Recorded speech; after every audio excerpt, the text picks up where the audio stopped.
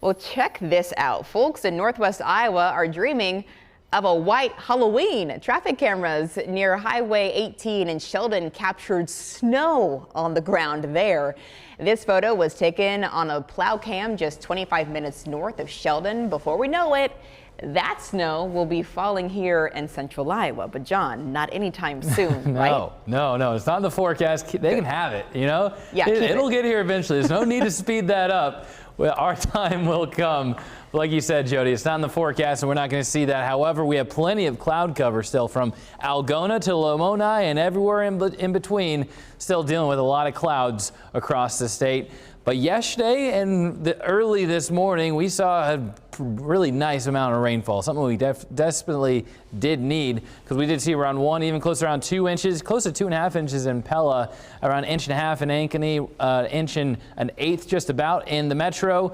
And zooming out more, you'll see around 2 inches in Sheraton, Lamoni as well. Farther north and northwest, not as much. So we'll go through a little bit more of the places that saw a really decent amount of rain, more than 2 inches, and everything you see on the screen. Osceola almost up to 3 inches reported. You're getting some other personal observations as well as 3 up to 4 inches in some spots. So a lot of rainfall yesterday in early morning.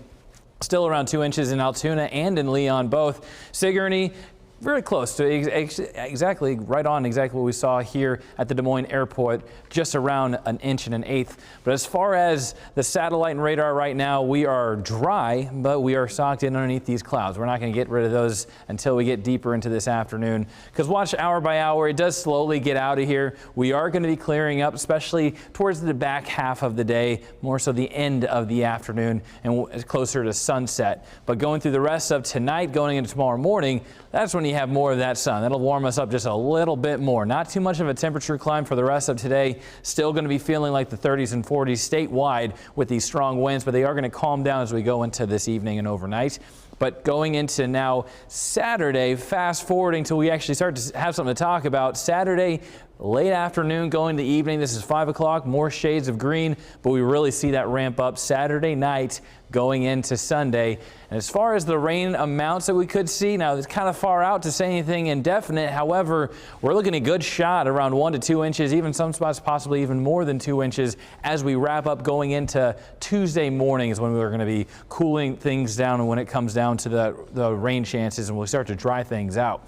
But again, for this evening, the winds are going to calm down. It is going to be a chilly one, so definitely bundle up. Make sure the kids do the same. Mid to low 30s overnight. We'll bottom out by tomorrow morning, even upper 20s farther to the north and northeast. Now, as far as the temperatures for the rest of this weekend, we will watch them climb. However, with those warmer temperatures come better rain chances. Saturday night going into Sunday, lasting through Monday. Good chance of 2 washout days back-to-back Sunday and Monday.